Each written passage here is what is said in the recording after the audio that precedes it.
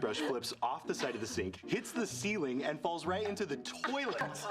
That's crazy. Last week the same happened to our toothbrush. Our toothbrush? Our toothbrush? Our toothbrush? Yeah.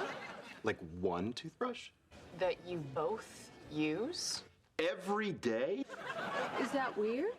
Super weird. Yeah, I would recommend you to stop doing that. Not only because it's gross, but you're putting your lives in danger. And I can prove it. Welcome to GuavaCare, the channel that is good for your brain as it is for your mouth. My beautiful people, there are thousands of bacteria living in your toothbrush, and I'm just going to show you what I believe are the 4 most dangerous ones. So ladies and gentlemen, get ready for yet another round of Humans are disgusting.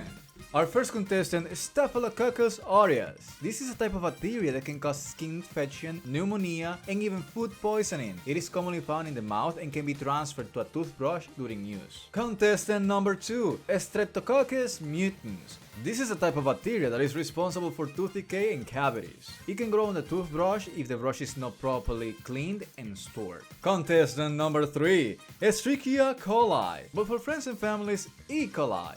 This is a type of bacteria that can cause gastrointestinal illness, such as diarrhea and vomiting. It can be found in the mouth and can be transferred to the toothbrush if the brush is not properly cleaned. I think we have a winner. And our fourth and last contestant, whose name honestly sounds more like a Harry Potter spell than a deadly bacteria, but we'll go with it. Pseudomonas aeruginosa. And I'm not saying that again. I'm pretty sure I pronounced it. Oh, shut it, Hermione. It took me longer learning how to pronounce that name properly than editing this video. So back off. Anyway, back to the video.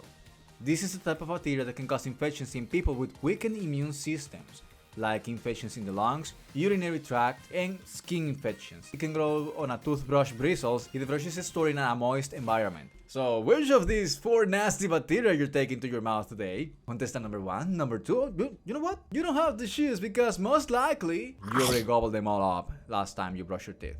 And guess what? They are waiting for you again. Yes, they are. Yes, they are. But worry no more because I'll show you how to clean your toothbrush quick and easy with products you probably already have at home. You can soak the bristles in an antibacterial mouthwash around 30 seconds. You can move it around a little bit. Do not leave it for 15 minutes. And don't you dare reusing the rinse after you use it for cleaning your brush.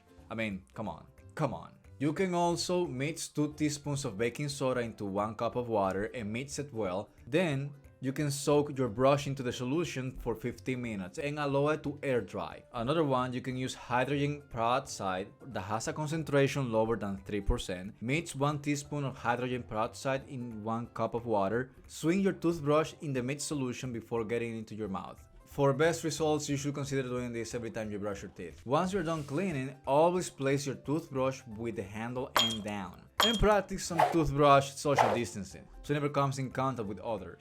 I believe by now it's clear that you should never share your toothbrush with anybody. I don't care how intimate you are or how much you think you love that person, that doesn't make it any less gross. For God's sake, you gotta have some self-respect. There's a reason why dentists say you should replace your toothbrush every 3 months or sooner if you notice that the bristles are worn out. So yeah, definitely do it. As far as getting cold goes, well, I mean, back in 2020 because of COVID, it wouldn't make more sense to throw away your toothbrush, but at the end of the day, it's the same principle. You can use one of the 3 remedies I gave you earlier and that will do the trick. If you like this video, make sure to nice and neatly disinfect the subscribe button.